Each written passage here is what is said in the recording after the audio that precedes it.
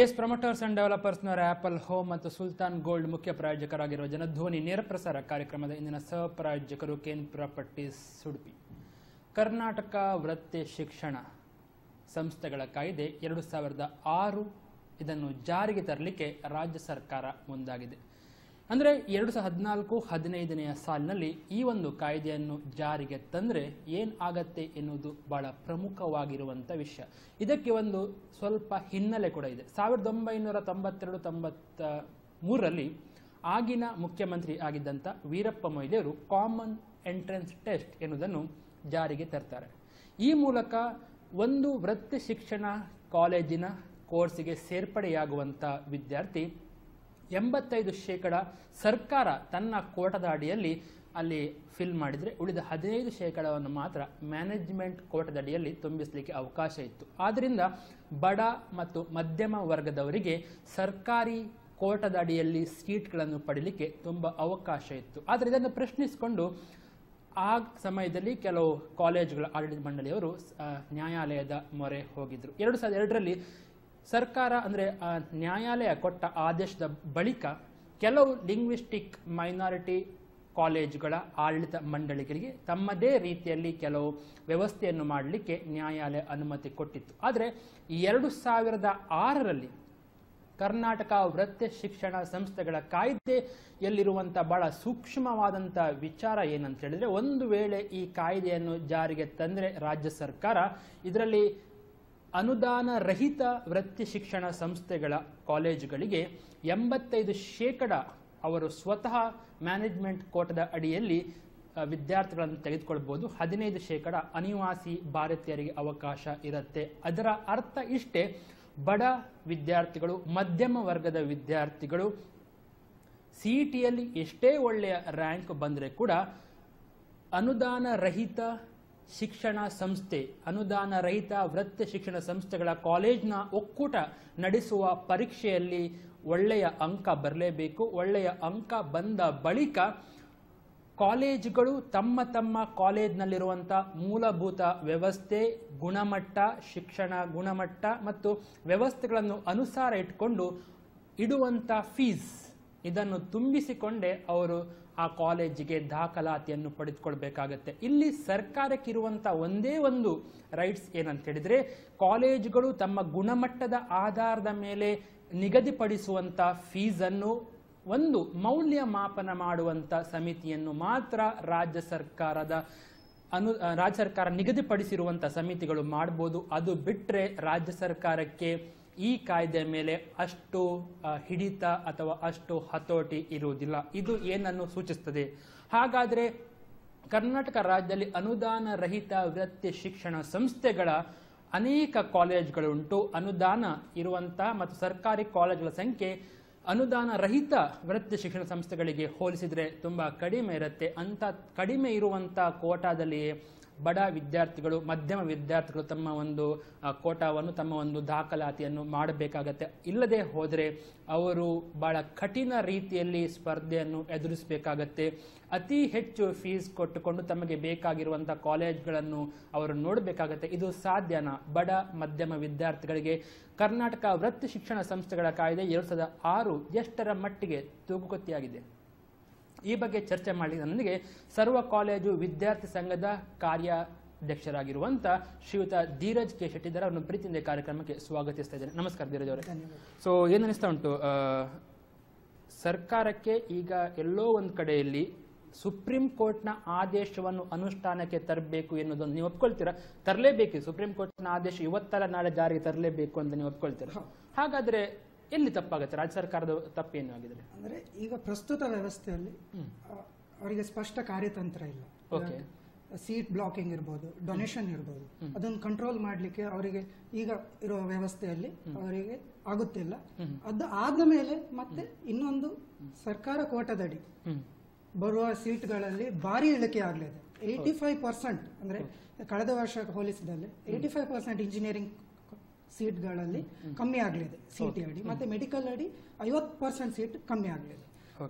ಹೀಗಿರುವಾಗ ಪರಿಸ್ಥಿತಿಯಲ್ಲಿ ಇನ್ನು ಗವರ್ಮೆಂಟ್ ಸೀಟ್ಸ್ ಹೆಚ್ಚಾಗಲಿ, ಮತ್ತೆ ಇವರು ಡೊನೇಷನ್, ಕ್ಯಾಪಿಟೇಷನ್ ಫೀಸು, ಮತ್ತೆ ಸೀಟ್ ಸರೆಂಡರಿಂಗ್ ಅಂತ ಅವ್ಯವಹಾರಗಳನ್ನು ನಿಲ್ಲಿಸುವಲ್ಲಿ ಇವರು ಸಕ್ಷಮರೆಂದು ಜನತೆಗೆ ಗೊತ್ತಾಗ್ಲಿ, ಅದಾದ್ಮೇಲೆ ಅವರು ಅನುಷ್ಠಾನಕ್ಕೆ ತರಲಿ, ಅದ್ರ ಬಗ್ಗೆ ನಮ್ಗೆ ವಿರೋಧ ಇಲ್ಲ. ಆದ್ರೆ ಅಲ್ಲಿವರೆಗೆ ಇದು ಮುಂದೂಡಬೇಕು, ಇದೆ ಈಗ ಇರೋ ವ್ಯವಸ್ಥೆಯನ್ನು ಮುಂದೂಡಬೇಕಂತ ನಮ್ಮ ಬೇಡಿಕೆ. ಓಕೆ, ಇಲ್ಲಿ ಬಹಳ ಸೂಕ್ಷ್ಮವಾದಂಥ ವಿಚಾರ ಇರುತ್ತೆ. ಏನಂತ ಹೇಳಿದ್ರೆ, ಯಾವುದೇ ಒಂದು ವಿದ್ಯಾರ್ಥಿ ತನಗೆ ಬಂದಂತಹ ಸೀಟನ್ನು ಸರೆಂಡರ್ ಮಾಡುವುದು ಎನ್ನುವಂಥ ಒಂದು ವಿಷಯ ಇರುತ್ತೆ. ಏನಂತ ಹೇಳಿದ್ರೆ, ಆತ ಪರೀಕ್ಷೆಯನ್ನು ಬರೆದಿರ್ತಾನೆ ಕಾಮೆಡ್ಗೆ, ಆತನಿಗೆ ಒಂದು ಕಾಲೇಜ್ನಲ್ಲಿ ಒಳ್ಳೆಯ ಸೀಟ್ ಸಿಕ್ಕಿರುತ್ತೆ.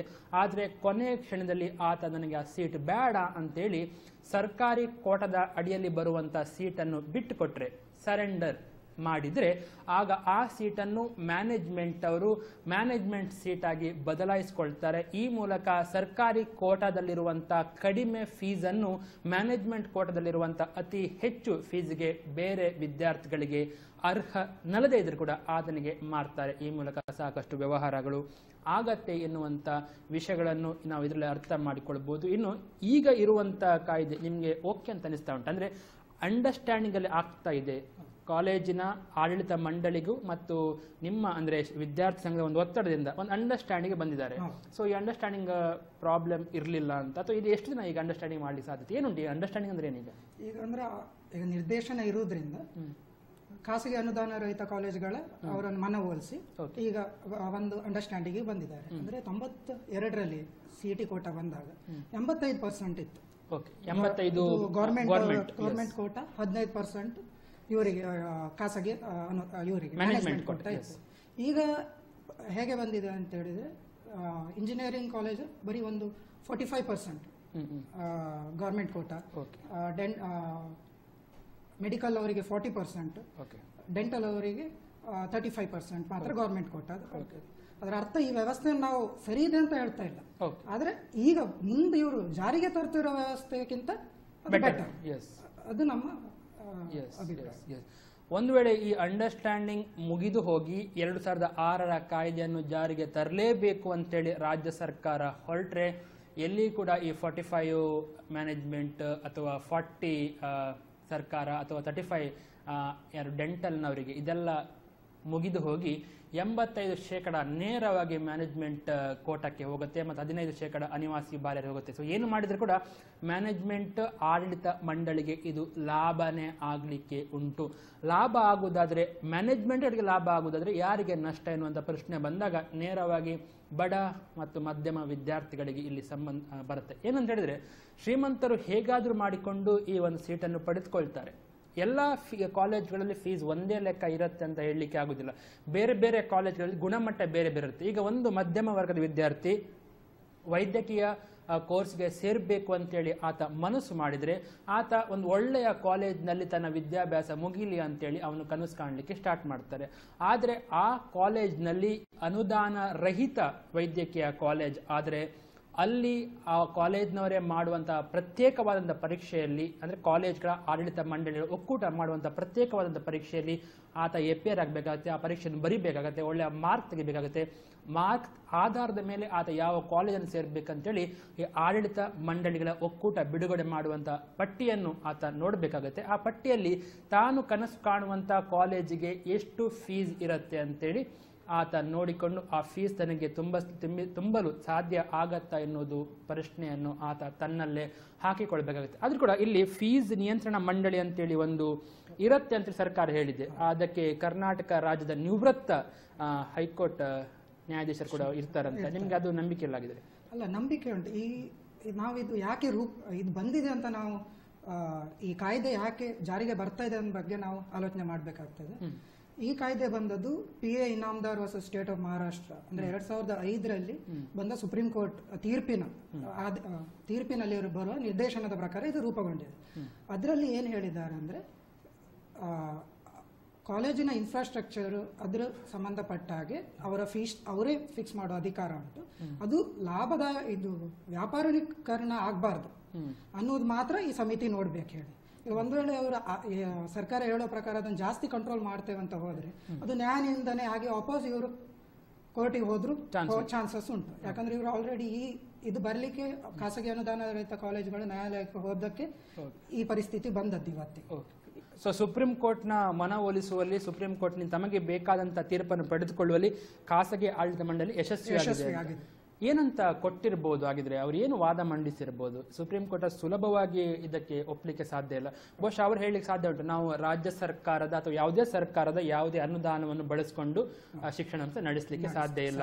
ನಾವು ನಮ್ಮ ಓನ್ ಸ್ವಂತ ಖರ್ಚಿನಲ್ಲಿ ಕಟ್ಟಡವನ್ನು ಅಥವಾ ಪರೀಕ್ಷೆಯನ್ನು, ವ್ಯವಸ್ಥೆಯನ್ನು, ಶಿಕ್ಷಣ ವ್ಯವಸ್ಥೆಯನ್ನು ಎಲ್ಲವನ್ನು ಮಾಡ್ತೇವೆ, ಅಧ್ಯಾಪಕರಿಗೆ ಸಂಬಳ, ಇತರ ಖರ್ಚುಗಳನ್ನು. ಸೊ ಅದನ್ನೆಲ್ಲ ಹೇಳಿ ಕನ್ವಿನ್ಸ್ ಮಾಡಿರ್ಬೋದು ಅಂತ ನಿಮ್ಗೆ ಅನಿಸ್ತಾ? ಹಾಗೆ ಮಾಡಿದ್ದಾರೆ. 92ರಲ್ಲಿ ಇದು CET ಜಾರಿಗೆ ಬಂದಾಗ 93ರಲ್ಲಿ TMA ಪೈ ಫೌಂಡೇಶನ್ ಅವರು ಸುಪ್ರೀಂ ಕೋರ್ಟಿಗೆ ಮೈನಾರಿಟಿ ರೈಟ್ಸ್ ಅಡಿ ಹೋದ್ರು. ಆವಾಗ ಅವರ ಫೇವರ್ ಆಗಲಿ ಫುಲ್ ಜಜ್ಮೆಂಟ್ ಬಂತು. ಅಂದ್ರೆ ಅವರದ್ದೇ ಅಡ್ಮಿಷನ್ ಪ್ರೊಸೆಸ್ ಮಾಡ್ಬೋದು, ಅವರ ಹೇಳಿದ ಫೀಸ್ ಫಿಕ್ಸ್ ಮಾಡ್ಬೋದು ಅಂತ. ಯಾಕಂದ್ರೆ ಮೈನಾರಿಟಿ, ಲಿಂಗ್ವಿಸ್ಟಿಕ್ ಮತ್ತೆ ರಿಲಿಜಿಯಸ್ ಮೈನಾರಿಟಿ ಅವರಿಗೆ ಒಂದು ಅವರದ್ದೇ ಶಿಕ್ಷಣ ಸಂಸ್ಥೆ ನಡೆಸುವ ಹಾಗೂ ಇದು ಮಾಡುವ ಅಧಿಕಾರ ಇದೆ. ಅವರ ಫೇವರ್ ಅಲ್ಲಿ ಜಜ್ಮೆಂಟ್ ಬಂದ ಕೂಡಲೇ ಬೇರೆ ಇನ್ಸ್ಟಿಟ್ಯೂಷನ್ಸ್ ಎಲ್ಲ ಮೈನಾರಿಟಿ ನಾನ್ ಮೈನಾರಿಟಿ ಎರಡೂ ಸುಪ್ರೀಂ ಕೋರ್ಟ್ ಎದುರು ಹೋಯ್ತು. ಆವಾಗ ಈ ಜಜ್ಮೆಂಟ್ಸ್ ಬಂತು, ಅದರಿಂದ ಈ ನಿರ್ದೇಶನ ಬಂದಿದೆ, ಹಾಗೆ ಈ ಕಾಯ್ದೆ ರೂಪುಗೊಂಡಿದೆ. ಯಾವಾಗ ವಿದ್ಯಾರ್ಥಿಗಳು ಪ್ರತಿಭಟನೆ ಮಾಡ್ತಾರೆ, ಹೋರಾಟಕ್ಕೆ ಮುಂದಾಗ್ತಾರೆ ಅಂತ ಗೊತ್ತಾದ ಕೂಡಲೇ ರಾಜ್ಯ ಸರ್ಕಾರ ಕೂಡ ಒಂದು ನುರಿತ ತಂತ್ರವನ್ನು ಬಳಸಿದೆ. ಏನಂತ ಹೇಳಿದ್ರೆ, ರಾಜ್ಯದ ವೈದ್ಯಕೀಯ ಸಚಿವರು ಒಂದು ಭರವಸೆಯನ್ನು ಕೊಟ್ಟಿದ್ದಾರೆ. ವಿದ್ಯಾರ್ಥಿಗಳು ಯಾವುದೇ ಕಾರಣಕ್ಕೆ ಹೆದರಬೇಕಾಗಿಲ್ಲ, ನಾವು ಹೆಚ್ಚಿನ ಸರ್ಕಾರಿ ವೈದ್ಯಕೀಯ ಕಾಲೇಜನ್ನು ಸ್ಥಾಪಿಸ್ತೇವೆ. ಈ ಮೂಲಕ ಸರ್ಕಾರಿ ವೈದ್ಯಕೀಯ ಕಾಲೇಜ್ಗಳಲ್ಲೇ ಕಡಿಮೆ ಫೀಸ್ಗಳಿಗೆ ನೀವು ಕಲಿಬಹುದು, ಮಕ್ಕಳು ಹೆದರುವಂತ ಅವಶ್ಯಕತೆ ಇಲ್ಲ ಎನ್ನುವಂತ ಭರವಸೆಯನ್ನು ಕೊಟ್ಟಿದ್ದಾರೆ. ಹಾಗಾದ್ರೆ ಭರವಸೆಯ ಹಿಂದಿನ ಉದ್ದೇಶ ಏನು? ಇದು ಜಾರಿಗೆ ಬರಲಿಕ್ಕೆ ಸಾಧ್ಯ ಉಂಟಾ? ಇದು ಕೇವಲ ವಿದ್ಯಾರ್ಥಿಗಳ ಹೋರಾಟವನ್ನು ದಮನಿಸುವಂತ ಪ್ರಯತ್ನವ, ನಿಮ್ಮ ಕಣ್ಣೆರೆಸುವ ತಂತ್ರನ? ಈ ಬಗ್ಗೆ ಚರ್ಚೆ ಮಾಡ್ತೀವಿ. ಎಷ್ಟರ ಮಟ್ಟಿಗೆ 2006ರ ಕಾಯ್ದೆ ಜಾರಿಗೆ ಬಂದ್ರೆ ಬಡ ಮಧ್ಯಮ ವಿದ್ಯಾರ್ಥಿಗಳು ತಮ್ಮ ಇಂಜಿನಿಯರಿಂಗ್ ವೈದ್ಯಕೀಯ ಕೋರ್ಸನ್ನು ಸೇರ್ಪಡೆಗೊಳಿಸುವಂತ ಕನಸನ್ನು ಕೈ ಬಿಡಬೇಕು? ಒಂದು ಸಣ್ಣ ಬ್ರೇಕಿನ ಬಳಿಕ.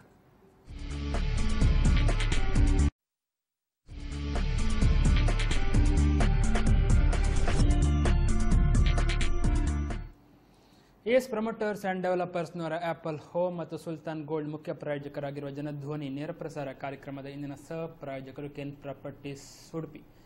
1992ರಿಂದ CET ಕಾಮನ್ ಎಂಟ್ರೆನ್ಸ್ ಟೆಸ್ಟ್ನಲ್ಲಿ ನೀವು ಒಳ್ಳೆಯ ಅಂಕವನ್ನು ಪಡೆದರೆ ಖಾಸಗಿ ಮತ್ತು ಸರ್ಕಾರಿ ಕಾಲೇಜುಗಳಲ್ಲಿ ವೃತ್ತಿಪರ ಶಿಕ್ಷಣಕ್ಕೆ ನಿಮ್ಮ ಪ್ರವೇಶಾತಿ ಸುಲಭ ಆಗ್ತಾ ಇತ್ತು. ಆದರೆ ಈಗ ಬಂದಿರುವಂಥ ಒಂದು ಕಾಯ್ದೆ ಜಾರಿಗೆ ಬಂದರೆ, ಅಂದರೆ ಈ ಕಾಯ್ದೆ 2006ರಲ್ಲೇ ಜಾರಿಗೆ ಬರಬೇಕಾಗಿತ್ತು. ಸುಪ್ರೀಂ ಕೋರ್ಟ್ನ ಆದೇಶ ಇತ್ತು. ಕರ್ನಾಟಕದಲ್ಲಿ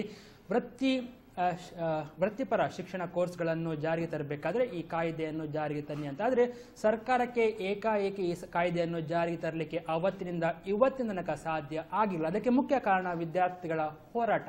ಅದಕ್ಕಾಗಿ ಸರ್ಕಾರ ಏನು ಮಾಡಿದೆ ಅಂತ ಹೇಳಿದ್ರೆ, ಒಂದು ಕಾಮನ್ ಅಂಡರ್ಸ್ಟ್ಯಾಂಡಿಂಗ್ಗೆ ಬರೋಣ ಎನ್ನುವಂಥ ಒಂದು ವ್ಯವಸ್ಥೆಯನ್ನು ವಿದ್ಯಾರ್ಥಿಗಳ ಮುಂದೆ ಇಟ್ಟಿತು, ವಿದ್ಯಾರ್ಥಿ ಸಂಘಟನೆಗಳ ಮುಂದೆ ಇಟ್ಟಿತು. ಈ ಪ್ರಕಾರವಾಗಿ 2006ಇಂದ 14 ತನಕ ನಿರಂತರವಾಗಿ 41 ವೈದ್ಯಕೀಯ ಶಿಕ್ಷಣ ಸಂಸ್ಥೆಗೆ ನೀವು ಸೇರಬೇಕಾದ್ರಲ್ಲಿ 45% ಸರ್ಕಾರಕ್ಕೆ, 55% ಮ್ಯಾನೇಜ್ಮೆಂಟ್ ಕೋಟಾ ಇದೆ. ಅದೇ ರೀತಿಯಲ್ಲಿ ಇಂಜಿನಿಯರಿಂಗ್ 40 ಸರ್ಕಾರಿ, ಬಾಕಿದು ಬಾಕಿದು ಏನು ಮ್ಯಾನೇಜ್ಮೆಂಟ್ ಕೋಟಾ. ಹಾಗೆ ಡೆಂಟಲ್ ಕೂಡ 30 ಸರ್ಕಾರಿ, ಬಾಕಿದು ಮ್ಯಾನೇಜ್ಮೆಂಟ್ ಕೋಟಾ. ಆದರೆ ಸರ್ಕಾರ ಒಂದು ವಿಷಯವನ್ನು ಸ್ಪಷ್ಟಪಡಿಸ್ತಾ ಇತ್ತು, ನಾವು ಒಂದು ವೇಳೆ ಇದೇ ಅಂಡರ್ಸ್ಟ್ಯಾಂಡಿಂಗ್ ಮೇಲೆ ಮುಂದುವರಿತಾ ಹೋದರೆ ಸುಪ್ರೀಂ ಕೋರ್ಟ್ನ ಆದೇಶ ಏನಿದೆ ಅದನ್ನು ನಿಂದಿಸಿದಂತ ಆಗತ್ತೆ. ನಾವು ಸುಪ್ರೀಂ ಕೋರ್ಟ್ನ ಆದೇಶವನ್ನು ತಡೆ ಹಿಡಿದುಕೊಂಡು ತುಂಬಾ ವರ್ಷ ಇದೇ ಅಂಡರ್ಸ್ಟ್ಯಾಂಡಿಂಗ್ ಮೇಲೆ ಮುಂದುವರಿಲಿಕ್ಕೆ ಸಾಧ್ಯ ಇಲ್ಲ, ಆದಷ್ಟು ಬೇಗ ಇದನ್ನು ಜಾರಿಗೆ ತರಲೇಬೇಕು ಅಂತೇಳಿ ಆ ನಿಟ್ಟಿನಲ್ಲಿ ಈಗಿನ ರಾಜ್ಯ ಸರ್ಕಾರ ಈ ಸುಪ್ರೀಂ ಕೋರ್ಟ್ನ ಆದೇಶವನ್ನು ಮುಂದಿನ ವರ್ಷದಿಂದಲೇ 2014-15ನಲ್ಲೇ ಜಾರಿಗೆ ತರಲಿಕ್ಕೆ ಮುಂದಾಗ್ತಾ ಉಂಟು. ಇದರ ಉದ್ದೇಶ ಇಷ್ಟೇ, ಒಂದು ವೇಳೆ ಇದು ಜಾರಿಗೆ ತಂದರೆ CET ಈ ಅಡಿಯಲ್ಲಿ ಪರೀಕ್ಷೆಯನ್ನು ಬರೆದು ಒಳ್ಳೆಯ ಅಂಕವನ್ನು ಪಡೆದುಕೊಳ್ಳುವಂಥ ವಿದ್ಯಾರ್ಥಿ ಅನುದಾನ ರಹಿತ ವೃತ್ತಿಪರ ಶಿಕ್ಷಣ ಕೋರ್ಸ್ಗಳಿಗೆ ತನ್ನ ಪ್ರವೇಶಾತಿಯನ್ನು ಪಡೆದುಕೊಳ್ಳುವುದು ಅಷ್ಟು ಸುಲಭ ಆಗಲಿಕ್ಕಿಲ್ಲ. ಯಾಕಂತ ಹೇಳಿದ್ರೆ ಪ್ರತಿಯೊಂದು ವೃತ್ತಿಪರ ಶಿಕ್ಷಣ ಕೋರ್ಸ್ಗಳ ಕಾಲೇಜುಗಳು ತಮ್ಮ ಇಚ್ಛೆಗೆ ತಕ್ಕಂತೆ ಬ್ರಾಕೆಟಲ್ಲಿ ತಮ್ಮ ಕಾಲೇಜ್ಗಳ ಗುಣಮಟ್ಟ, ತಮ್ಮ ಕಾಲೇಜುಗಳ ಶಿಕ್ಷಣ ವ್ಯವಸ್ಥೆ, ಅಲ್ಲಿ ಸಿಗುವಂತ ಇತರ ಸೌಲಭ್ಯಗಳು ಇದನ್ನು ಬಳಸಿಕೊಂಡು ಫೀಸ್ ನಿಗದಿ ಮಾಡ್ತಾರೆ. ಆದರೆ ಎಲ್ಲೋ ಒಂದು ರಾಜ್ಯ ಸರ್ಕಾರ ಕೂಡ ಸ್ವಲ್ಪ ಮಟ್ಟಿನಲ್ಲಿ ತನ್ನ ನಿಗಾವನ್ನು ಇಡಬೇಕು ಅಂತೇಳಿ ಒಂದು ಫೀಸ್ ಶುಲ್ಕ ನಿಯಂತ್ರಣ ಮಂಡಳಿ ಎನ್ನುವುದನ್ನು ಕೂಡ ರಚನೆ ಮಾಡುತ್ತೆ. ಇದರಲ್ಲಿ ಕರ್ನಾಟಕ ರಾಜ್ಯದ ಹೈಕೋರ್ಟ್ನ ನಿವೃತ್ತ ಮುಖ್ಯ ನ್ಯಾಯಾಧೀಶರು ಸಮಿತಿಯಲ್ಲಿ ಇರ್ತಾರೆ. ಅವರನ್ನು ಕರ್ನಾಟಕ ರಾಜ್ಯದ ಉಚ್ಚ ನ್ಯಾಯಾಲಯದ ಮುಖ್ಯ ನ್ಯಾಯಾಧೀಶರು ನೇಮಕವನ್ನು ಮಾಡ್ತಾರೆ. ಇಷ್ಟೇ ಇರುವುದು ವಿಷಯ. ಅದು ಬಿಟ್ಟರೆ ಬೇರೆ ಯಾವುದೇ ರೀತಿಯಲ್ಲಿ ಸರ್ಕಾರಕ್ಕೆ ಇರುವುದಿಲ್ಲ. 85% ಮ್ಯಾನೇಜ್ಮೆಂಟ್ ಕೋಟಾ ಇರುತ್ತೆ. ಸೊ ನಿಮ್ಗೆ ಅನಿಸ್ತಾ ಉಂಟಾಗಿದ್ರೆ ನಾನು ಒಂದು ವಿಷಯ ಕೇಳಬೇಕು. ವೈದ್ಯಕೀಯ ಶಿಕ್ಷಣ ಸಚಿವರು ತುಂಬ ಇಂಟ್ರೆಸ್ಟಿಂದ ಹೇಳಿದ್ದಾರೆ, ನಾವು ಸರ್ಕಾರಿ ಕಾಲೇಜನ್ನು ಇದು ಮಾಡ್ತೀವಿ, ನಿರ್ಮಿಸ್ತೀವಿ, ಏನು ಹೆದರಬೇಕಾಗಿಲ್ಲ ಅಂತ. ನಿಮಗೆ ಈ ಬಗ್ಗೆ ಏನು ಡೌಟ್ ಇದೆ? ಹೌದು, 42 ಮೆಡಿಕಲ್ ಕಾಲೇಜ್ಗಳಿವೆ ಸ್ಟೇಟಲ್ಲಿ. ಅದರಲ್ಲಿ 30 ಕಾಲೇಜುಗಳು ಗೌರ್ಮೆಂಟ್, ಪ್ರೈವೇಟ್ ಅನ್ಏಡೆಡ್ ಕಾಲೇಜ್, ಕೇವಲ 12 ಗೌರ್ಮೆಂಟ್ ಮತ್ತು ಗೌರ್ಮೆಂಟ್ ಏಡೆಡ್ ಕಾಲೇಜ್ಗಳು. ಇನ್ನು 30 ಜಿಲ್ಲೆಗೂ 30 ಇನ್ನು ಮೆಡಿಕಲ್ ಕಾಲೇಜ್ ಮಾಡಬೇಕಾದ್ರೆ ಇನ್ನು 18 ಮೆಡಿಕಲ್ ಕಾಲೇಜ್ ಅವ್ರು ಮಾಡಬೇಕಾಗ್ತದೆ. ಅವರೇ ಹೇಳಿದ ಪ್ರಕಾರ ಒಂದು ಮೆಡಿಕಲ್, ಸಾಧಾರಣ 150 ಬೆಡ್ ಕೆಪಾಸಿಟಿ ಇರುವ ಒಂದು ಮೆಡಿಕಲ್ ಕಾಲೇಜ್ ಮಾಡಲಿಕ್ಕೆ 350ರಿಂದ 400 ಕೋಟಿ ಬೇಕಾಗ್ತದೆ. ಈ ಸಮಸ್ಯೆ ಈ ವರ್ಷ ಬರ್ತಾ ಇದೆ ಅಂತ ಗೊತ್ತುಂಟು. ಆದರೂ ಅವರಿಗೆ ಕಳೆದ ಬಜೆಟಲ್ಲಿ ಈ ವಿಷಯಕ್ಕೋಸ್ಕರ ಮೀಸಲು ಆಗಲಿಟ್ಟ ಮೊತ್ತ ಕೇವಲ 200 ಕೋಟಿ. ಅಂದರೆ ಅದರಲ್ಲಿ ಒಂದು ಮೆಡಿಕಲ್ ಕಾಲೇಜ್ ಕೂಡ ಆರಂಭವಾಗೋದಿಲ್ಲ. ಈ ವೇಗದಲ್ಲಿ ನಾವು ನೋಡಿದರೆ 2018ರಲ್ಲ, 2030ರಲ್ಲಿ 36ರಲ್ಲಿ ಕೂಡ ಜಿಲ್ಲೆಗೆ ಒಂದೊಂದು ಮೆಡಿಕಲ್ ಕಾಲೇಜ್ ಆಗಲು ಸಾಧ್ಯ ಇಲ್ಲ. ಇದು ಕೇವಲ ಒಂದು ಹುಸಿ ಭರವಸೆ ಅಷ್ಟೇ. ಓಕೆ, ಇಲ್ಲಿ ಪ್ರಶ್ನೆ ಇರೋದು ಕೂಡ ಅಷ್ಟೇ. ಏನಂತ ಹೇಳಿದ್ರೆ ನಮ್ಗೆ ಅನಿಸ್ಬೋದು 42 ಕಾಲೇಜ್ಗಳುಂಟು, ಅದರಲ್ಲಿ 30 ಅನುದಾನ ರಹಿತ ಅಂತ ಬಿಟ್ಟರೆ 12ರಲ್ಲಿ ಸರ್ಕಾರಿ ಕಾಲೇಜ್ಗಳಲ್ಲಿ, ಸರ್ಕಾರಿ ವೈದ್ಯಕೀಯ ಶಿಕ್ಷಣ ಸಂಸ್ಥೆಗಳಲ್ಲಿ ಅಡ್ಮಿಷನ್ ಆಗುವುದಿಲ್ವ ಅಂತ. ಆಗತ್ತೆ. ಆದರೆ ಪ್ರಶ್ನೆ ಇರೋದು ನಮ್ಮ ಸೀಟ್ಗಳ ಲೆಕ್ಕಾಚಾರ ಗಣನೀಯ ಪ್ರಮಾಣದಲ್ಲಿ ಕುಸಿತ ಕಾಣುತ್ತೆ. 50ಕ್ಕೂ ಕಡಿಮೆ, 50%ಗಿಂತಲೂ ಸೀಟ್ಗಳು ಕಡಿಮೆ ಆಗತ್ತೆ. ಇರುವಂಥ ಸೀಮಿತ ಸೀಟ್ಗಳಿಗೇನೆ ಮಕ್ಕಳು ತಮ್ಮ ಮಾರ್ಕ್ಗಳನ್ನು ಆಧರಿಸಿಕೊಂಡು ಆ ಸೀಟನ್ನು ಪಡೆದುಕೊಳ್ಬೇಕಾಗತ್ತೆ. ಇದು ಅಷ್ಟು ಸುಲಭದ ಮಾತಲ್ಲ ವೈದ್ಯಕೀಯ ಶಿಕ್ಷಣ ವ್ಯವಸ್ಥೆಗೆ ಸಂಬಂಧಪಟ್ಟಂತೆ. ಹಾಗಾದರೆ ಇಲ್ಲಿ ತನಕ ಇದ್ದಂಥ ವ್ಯವಸ್ಥೆ ಏನು? ಈ 42 ಶಿಕ್ಷಣ ವೈದ್ಯಕೀಯ ಸಂಸ್ಥೆಗಳಲ್ಲಿ ಕೂಡ ಮಕ್ಕಳು ನೇರವಾಗಿ 2006ರ ಮೊದಲಿನ ಕಾಯ್ದೆ CETಯನ್ನು ಕಲಿತುಕೊಂಡು ಅಲ್ಲಿ ದಾಖಲಾತಿಯನ್ನು ಪಡೆದುಕೊಳ್ಳಬಹುದಿತ್ತು. ಆ ದಾಖಲಾತಿಯ ಪ್ರಕಾರ ಇರುವಂಥ ಸೀಟ್ಗಳಲ್ಲೇ ಮಕ್ಕಳು ಕಡಿಮೆ ಫೀಸ್ಗಳಲ್ಲಿ ವೈದ್ಯಕೀಯ ಶಿಕ್ಷಣವನ್ನು ಮುಗಿಸಬಹುದಿತ್ತು. ಆದರೆ ಭವಿಷ್ಯದಲ್ಲಿ ಇದು ಸಾಧ್ಯ ಆಗುವುದಿಲ್ಲ ಎನ್ನುವುದು ನಿಶ್ಚಳವಾಗಿದೆ. ಹಾಗಿದ್ರೆ ನಿಮ್ಮ ಏನು ಬೇಡಿಕೆ? ಈ ನೀವು ಹಾಗಿದ್ರೆ ಶಿಕ್ಷಣ ಸಚಿವರ, ವೈದ್ಯಕೀಯ ಶಿಕ್ಷಣ ಸಚಿವರ ಇದಕ್ಕೆ ಮಾತನ್ನು ನಂಬುವುದಿಲ್ಲ ಒಂದು ಕಡೆ. ಆದರೆ ಹಾಗಾದ್ರೆ ಹೌದು, ಏನು ಮಾಡಬೇಕಾಗಿದ್ರೆ ಇದೇ 45-55 ಅದನ್ನೇ ಕಂಟಿನ್ಯೂ ಮಾಡಬೇಕು. ಎಷ್ಟು ವರ್ಷ? ಹಾಗಾದ್ರೆ ಒಂದು ವೇಳೆ ಇದನ್ನೇ ಕಂಟಿನ್ಯೂ ಮಾಡಲಿಕ್ಕೆ ಹೋದ್ರೆ ಸುಪ್ರೀಂ ಕೋರ್ಟ್ನ ಆದೇಶವನ್ನು ಉಲ್ಲಂಘನೆ ಮಾಡಿದಂತೆ ಆಗುದಿಲ್ವಾ? ಇಲ್ಲಿ 2 ವಿಷಯ ನಾವು ಗಮನಿಸಬೇಕು. ಒಂದನೇದಾಗಿ, ಒಂದು ಬಿಲ್ ಆಕ್ಟ್ ಆದಾಗ ಅದು ಅದೇ ವರ್ಷ ಜಾರಿಗೆ ಬರ್ತದೆ. ಇದು 2006ರಲ್ಲೇ ಜಾರಿಗೆ ಬಂದಿದೆ. ಆದ್ರೂ ಇನ್ನು 8 ವರ್ಷ ಅದು ಮುಂದೂಡ್ಕೊಂಡು ಬಂದಿದ್ದಾರೆ. ಅದರ ಅರ್ಥ ಈಗ ತಮಗೆ ಲಾಭದಾಯಕವಾಗಿರುವ ಈ ಕಾಯ್ದೆಯನ್ನು ಖಾಸಗಿ ಅನುದಾನ ರಹಿತ ಕಾಲೇಜ್ಗಳು ಒಪ್ಪುವುದಾದ್ರೆ ಅದು ಕೇವಲ ಸರ್ಕಾರದ ಮೇಲೆ ಕನಿಕರಕ್ಕಾಗಿರುವುದಿಲ್ಲ. ಅವರಲ್ಲಾಗುವ ಅವ್ಯವಹಾರಗಳು, ಅವರಲ್ಲಾಗುವ ಚಟುವಟಿಕೆಗಳ ಮೇಲೆ ಸರ್ಕಾರ ಕ್ರಮ ಕೈಗೊಳ್ಬಹುದಂತ ಒಂದು ಭಯ ಇರ್ತದೆ.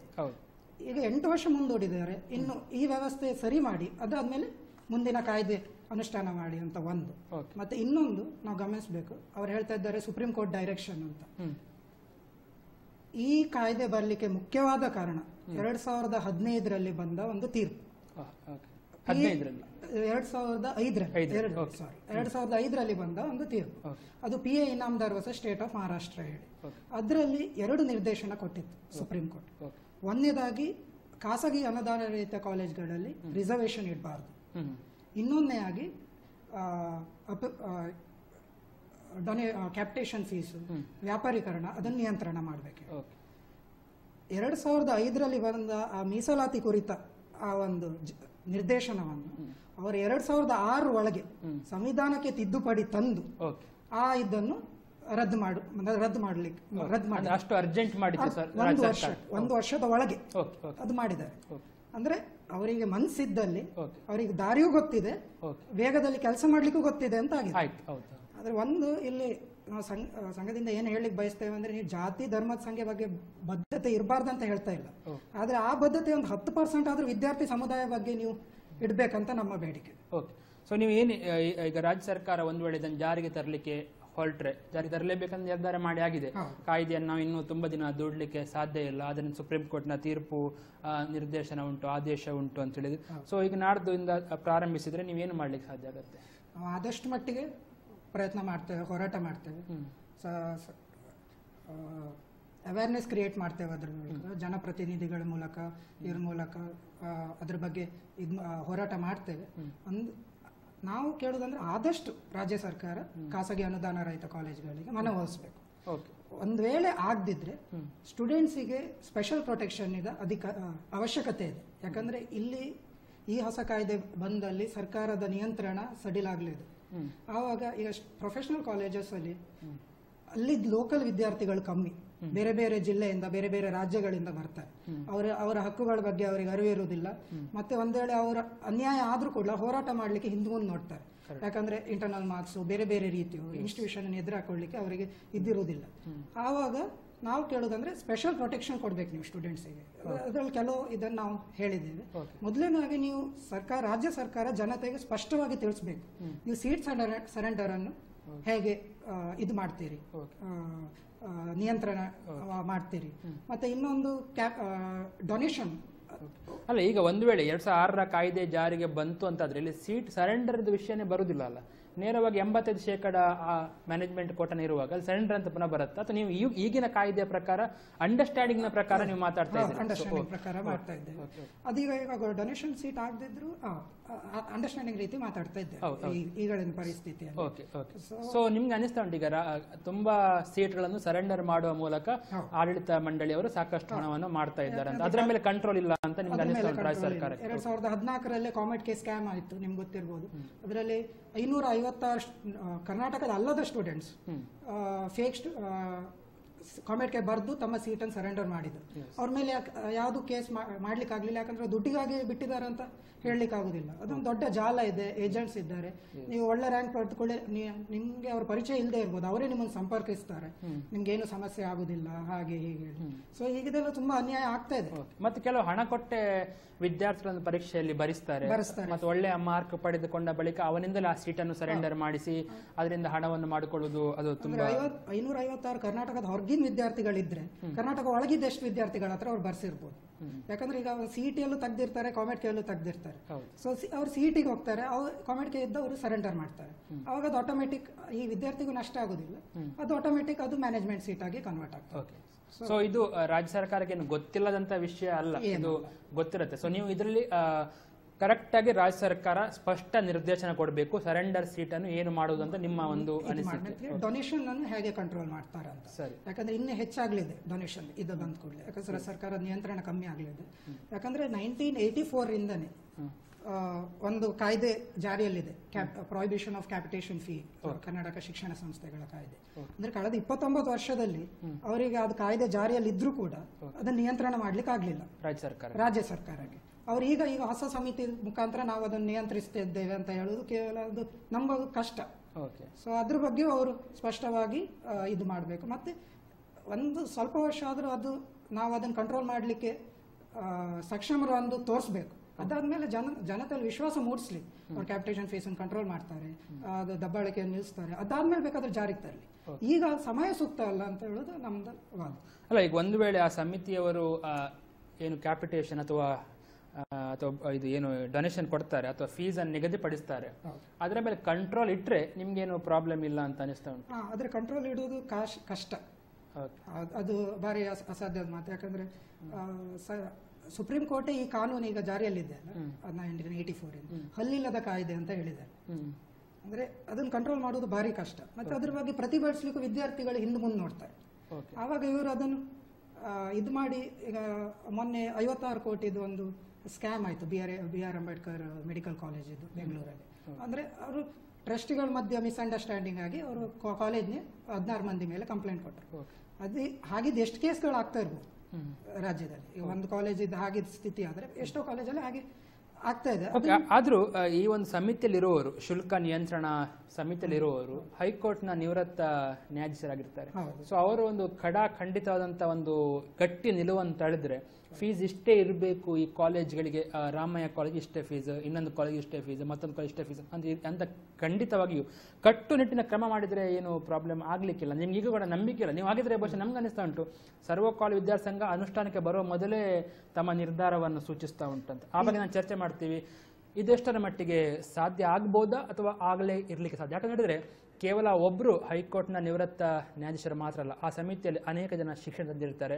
ಸೊ ಇವರೆಲ್ಲ ಮನಸ್ಸು ಮಾಡಿ ಒಂದು ಕಾಲೇಜ್ನಲ್ಲಿ ಇಷ್ಟೇ ಫೀಸ್ ಇರಬೇಕು, ಅಲ್ಲಿ ಅಡ್ಮಿಷನ್ ಆಗುವಂಥ ವಿದ್ಯಾರ್ಥಿಗಳು ಇಷ್ಟು ಫೀಸನ್ನು ಕೊಟ್ಟರೆ ಸಾಕು ಒಂದು ನಿರ್ಧಾರಕ್ಕೆ ಬಂದರೆ ಇದು ಎಲ್ಲವೂ ಪರಿಹಾರ ಆಗ್ಬೋದಂತ. ಆ ಬಗ್ಗೆ ಚರ್ಚೆ ಮಾಡ್ತೀವಿ. ಇದಕ್ಕೆ ಪರಿಹಾರ ಏನು? ಸಣ್ಣ ಬ್ರೇಕಿನ ಬಳಿಕ.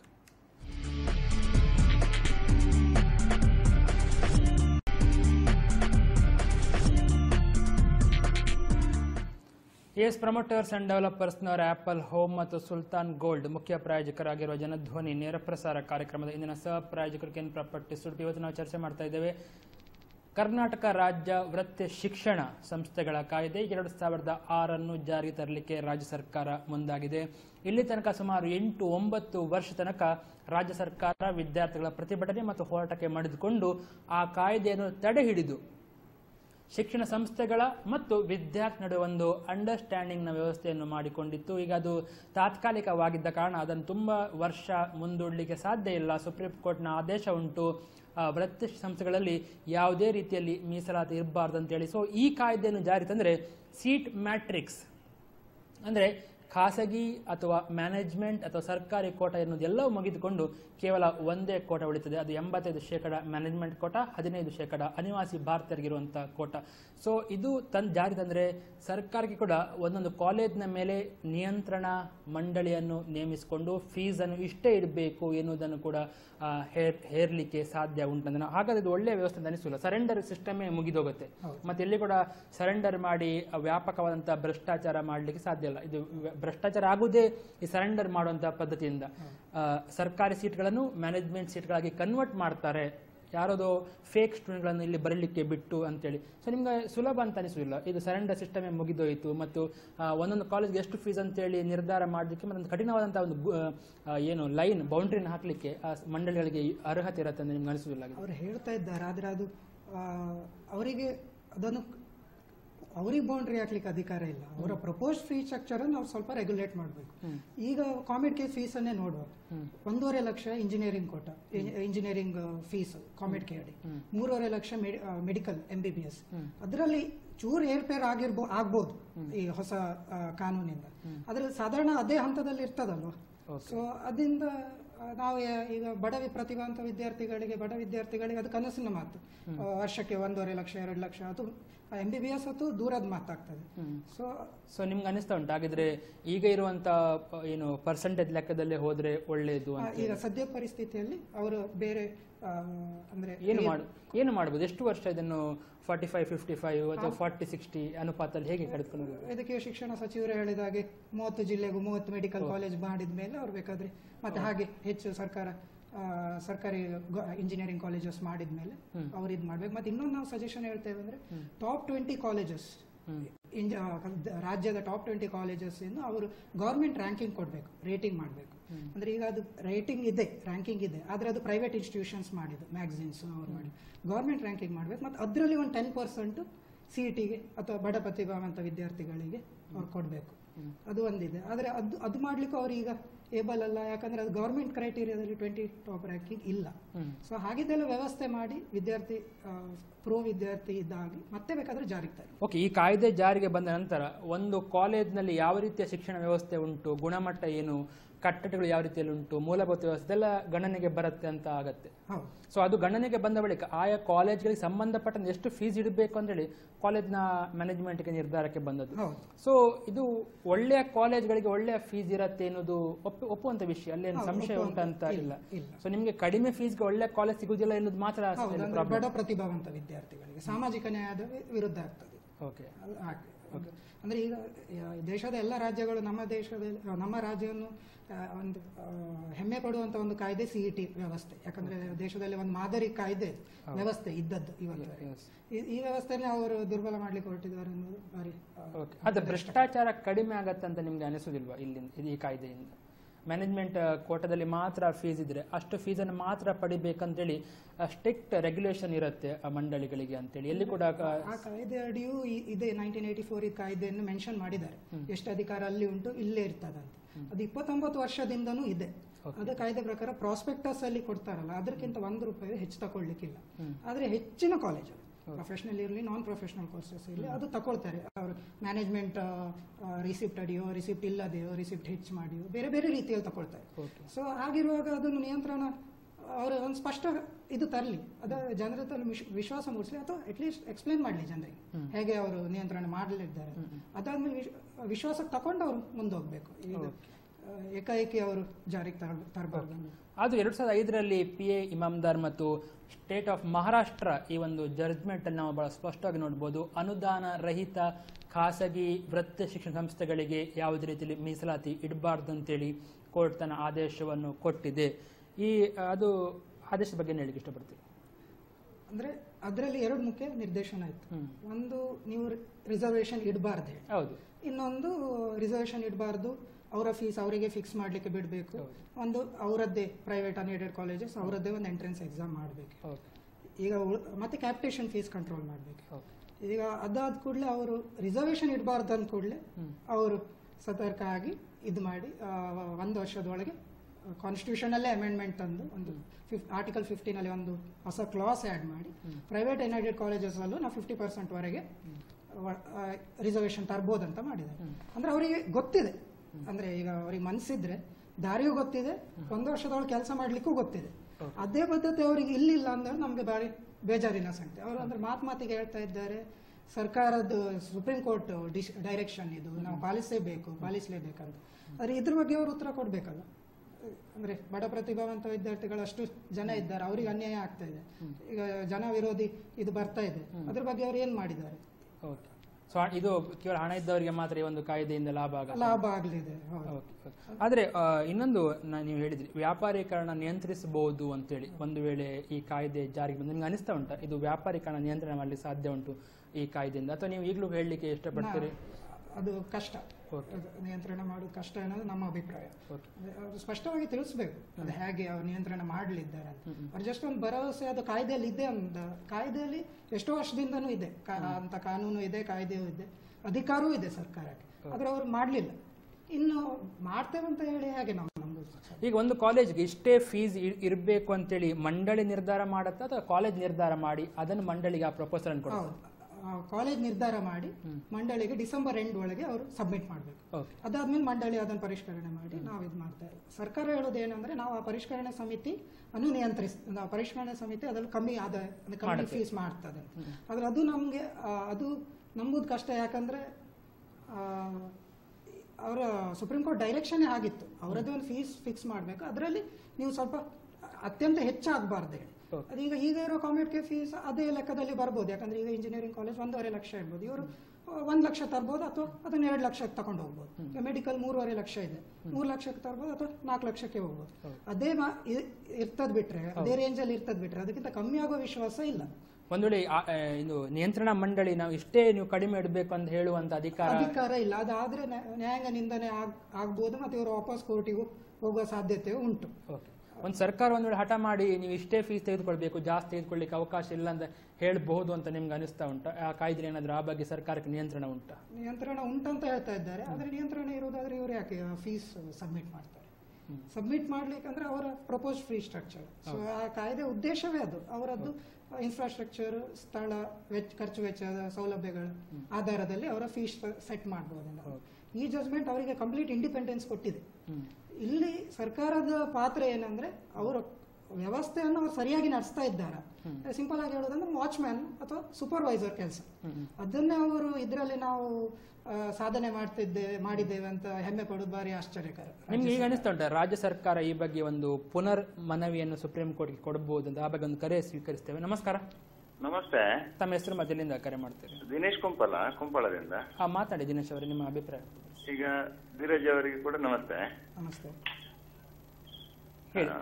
ಈಗ ಏನ್ ಗೊತ್ತಾ ಸರ್, ಈಗ ಸಿಇಟಿ ಅಲ್ಲಿ ಸಿಲೆಕ್ಷನ್ ಆಗ್ತದಲ್ವಾ, ಹೌದು, ಅವರಿಗೆ ಸಿಇಟಿ ಅಲ್ಲಿ ಒಂದು ಫೀಸ್ ಫಿಕ್ಸ್ ಆಗ್ತದೆ. ಹೌದು.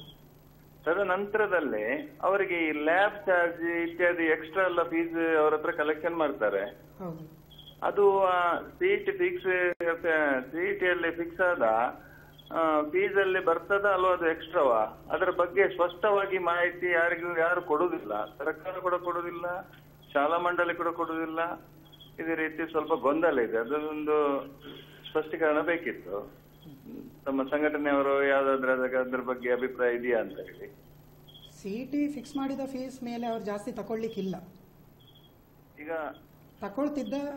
ತಗೊಳ್ಲಿಕ್ಕಿಲ್ಲ, ಅದಕ್ಕೆ ಅದು ಗೌರ್ಮೆಂಟ್ ಕೋಟಾದಡಿ ಬರುವ ಸೀಟ್ಸ್ಗಳು. ಧನ್ಯವಾದ ಕರೆ ಮಾಡಿದ್ವಿ. ಸೊ ಅಂತಿಮವಾಗಿ ನೀವು ಏನು ಹೇಳಲಿಕ್ಕೆ ಇಷ್ಟಪಡ್ತೀರಿ? ಈ 2006ರ ಕಾಯ್ದೆಯನ್ನು ಜಾರಿಗೆ ತರಲಿಕ್ಕೆ ಸರ್ಕಾರ ಮುಂದಕ್ಕೆ ಹೋಗಬಾರ್ದು. ಹೋದ್ರು ಅವರು ಸ್ಪಷ್ಟವಾಗಿ ತಿಳಿಸ್ಬೇಕು ಜನರಿಗೆ. ಮತ್ತೆ ವಿದ್ಯಾರ್ಥಿಗಳಿಗೆ ಸ್ಪೆಷಲ್ ಪ್ರೊಟೆಕ್ಷನ್ ಇದು ಕೊಡಬೇಕು.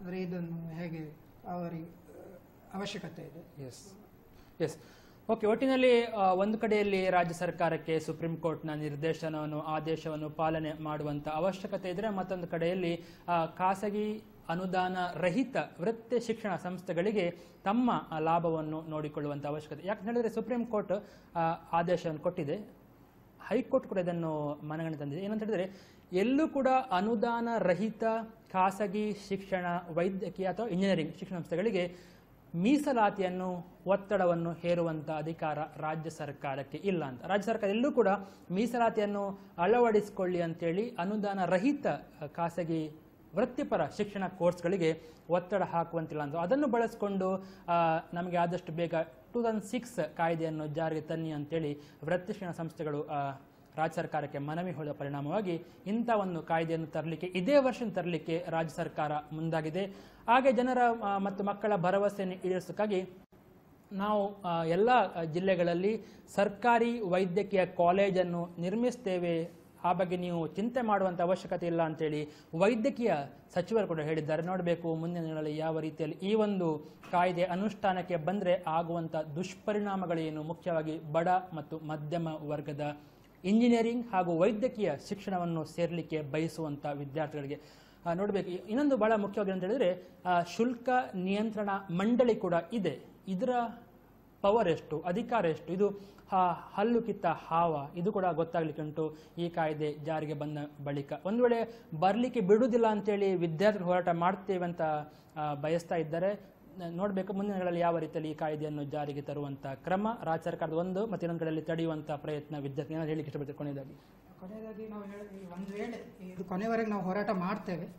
ಒಂದು ವೇಳೆ ಇದು ಜಾರಿಗೆ ಬಂದರೂ ಕೂಡ ನಾವು ವಿದ್ಯಾರ್ಥಿಗಳಲ್ಲಿ ಕೇಳುವುದೇನಂದ್ರೆ, ದಯವಿಟ್ಟು 2 ಎಂಟ್ರೆನ್ಸ್ ನೀವು ಬರೀಬೇಕು. ಸಿಇಟಿ ಬರೀರಿ, ಖಾಸಗಿ ಅನುದಾನ ರಹಿತ ಕಾಲೇಜ್ಗಳ ಒಕ್ಕೂಟ ನಡೆಸುವ ಪ್ರವೇಶ ಪರೀಕ್ಷೆಯನ್ನು ಬರೀರಿ. ಯಾಕಂದ್ರೆ AICTE ಅಂದ್ರೆ ದೇಶದ ಎಲ್ಲ ಇಂಜಿನಿಯರಿಂಗ್ ಕಾಲೇಜ್ ಕಂಟ್ರೋಲ್ ಮಾಡುವ ಒಂದು ರೆಗ್ಯುಲೇಟರಿ ಬಾಡಿ ಡೈರೆಕ್ಷನ್ ಪ್ರಕಾರ ಪ್ರತಿ ಕಾಲೇಜ್ ದೇಶದ ಪ್ರತಿ ಇಂಜಿನಿಯರಿಂಗ್ ಕಾಲೇಜಿನ ಪ್ರತಿ ಸ್ಟ್ರೀಮಿನ 5% ಸೀಟನ್ನು ಬಡ ಪ್ರತಿಭಾವಂತ ವಿದ್ಯಾರ್ಥಿಗಳಿಗೆ ರಿಸರ್ವ್ಡ್ ಇದೆ. ಅವರಿಗೆ ಬರೀ ಕಡಿಮೆ ಶುಲ್ಕದಲ್ಲಿ ಸಿಗ್ತದೆ ಆ ಸೀಟ್ಗಳು. ಸೊ ಅದನ್ನು ನೀವು ದಯವಿಟ್ಟು ಬರೀರಿ. ಮತ್ತೆ ಇದನ್ನು ವಿರೋಧಿಸಿ ನಾವು ಆದಷ್ಟು ಶಕ್ತಿ ಮೀರಿ ಪ್ರಯತ್ನ ಮಾಡ್ತೇವೆ. ಮತ್ತೆ ಪೋಷಕರು ಹಾಗೂ ವಿದ್ಯಾರ್ಥಿಗಳು ಜನಪ್ರತಿನಿಧಿಗಳ ಹತ್ರ ಮತ್ತೆ ವಿದ್ಯಾರ್ಥಿ ನಾಯಕರು, ರಾಜಕೀಯ ಪಕ್ಷದ ವಿದ್ಯಾರ್ಥಿ ನಾಯಕರ ಹತ್ರ ಒತ್ತಡ ಹೇರಬೇಕು, ಅವರನ್ನು ಪ್ರಶ್ನಿಸಬೇಕಂತನೂ ಈ ಮೂಲಕ ಕೇಳಿಕೊಳ್ತೇನೆ. ಓಕೆ. ಒಟ್ಟಿನಲ್ಲಿ ಎರಡನೆಯ ಅತಿ ಹೆಚ್ಚು ಕಪ್ಪು ಹಣ ಇರುವಂಥ ಶಿಕ್ಷಣ ವ್ಯವಸ್ಥೆಯಲ್ಲಿ ಇದೆಲ್ಲ ವಿದ್ಯಾರ್ಥಿಗಳ ಹೋರಾಟಕ್ಕೆ ಗಣನೆಗೆ ಬರುತ್ತಾ, ಈ ಬಗ್ಗೆ ಮುಂದಿನಗಳಲ್ಲಿ ನಾವು ನೋಡಬೇಕಂತ ಹೇಳ್ತಾ, ಕರೆ ಮಾಡಿರುವಂತೆಲ್ಲ ವೀಕ್ಷಕರಿಗೆ ಮತ್ತು ಕಾರ್ಯಕ್ರಮಕ್ಕೆ ಬಂದು 1 ಗಂಟೆ ಅವಧಿಯಲ್ಲಿ ತಮ್ಮ ಅಭಿಪ್ರಾಯವನ್ನು ಮತ್ತು ಈ ಕಾಯ್ದೆಯ ಬಗ್ಗೆ ತಮ್ಮ ಯೋಜನೆಗಳನ್ನು ಮತ್ತು ಹೇಗೆ ಹೋರಾಟ ಮಾಡುವಂಥ ಅಗತ್ಯವನ್ನು ನಮಗೆ ಹಂಚಿಕೊಂಡಿರುವಂಥ ಸರ್ವ ಕಾಲೇಜು ವಿದ್ಯಾರ್ಥಿ ಸಂಘದ ರಾಜ್ಯ ಕಾರ್ಯಾಧ್ಯಕ್ಷರಾಗಿರುವಂಥ ಧೀರಜ್ ಶೆಟ್ಟಿ ಅವರಿಗೆ ನಮ್ಮ ಟಿವಿಯ ಪರವಾಗಿ ಆತ್ಮೀಯ ಧನ್ಯವಾದಗಳು. ಇದಿವತ್ತಿನ ಜನಧ್ವನಿ. ನಾಳೆ ರಾತ್ರಿ 7:30 ಜನಧ್ವನಿ ನೇರ ಪ್ರಸಾರ ಕಾರ್ಯಕ್ರಮದಲ್ಲಿ ಮತ್ತೆ ಭೇಟಿಯಾಗೋಣ. ನಮಸ್ಕಾರ, ಶುಭರಾತ್ರಿ.